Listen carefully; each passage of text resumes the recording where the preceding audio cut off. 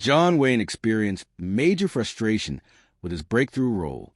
Legendary icon John Wayne, who had minor film roles as a sound era, was emerging in Hollywood during the late 1920s, finally got his big break with The Big Trail, which premiered 95 years ago this week. Director Raoul Walsh noticed the 23-year-old prop boy moving studio furniture and cast him in the Western's lead role as Breck Coleman. The young Marion Morrison adopted Anthony Wayne as a stage name, inspired by Revolutionary War General Mad Anthony Wayne. The Big Trail, released in 1930, was the first high-budget outdoor movie of the sound era.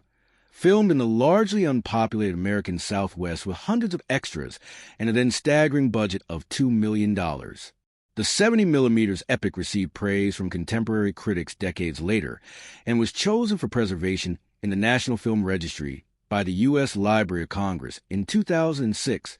Before his initial screen test of film, Wayne had a request from his director that left him extremely frustrated. In Duke's unfinished autobiography, he shares, "Before the test, Walsh wanted me to go to a drama coach. The studio had sent the coaches out from New York because insecurity, just slightly more rampant than it is now. The bosses figured the silent motion picture directors were nearly expendable because most of them didn't know anything about dialogue. The studio heads got very involved in hasty nymph and bring to me youthful jest type of dialogue, and I was to meet the now standard studio requirement of taking the lessons.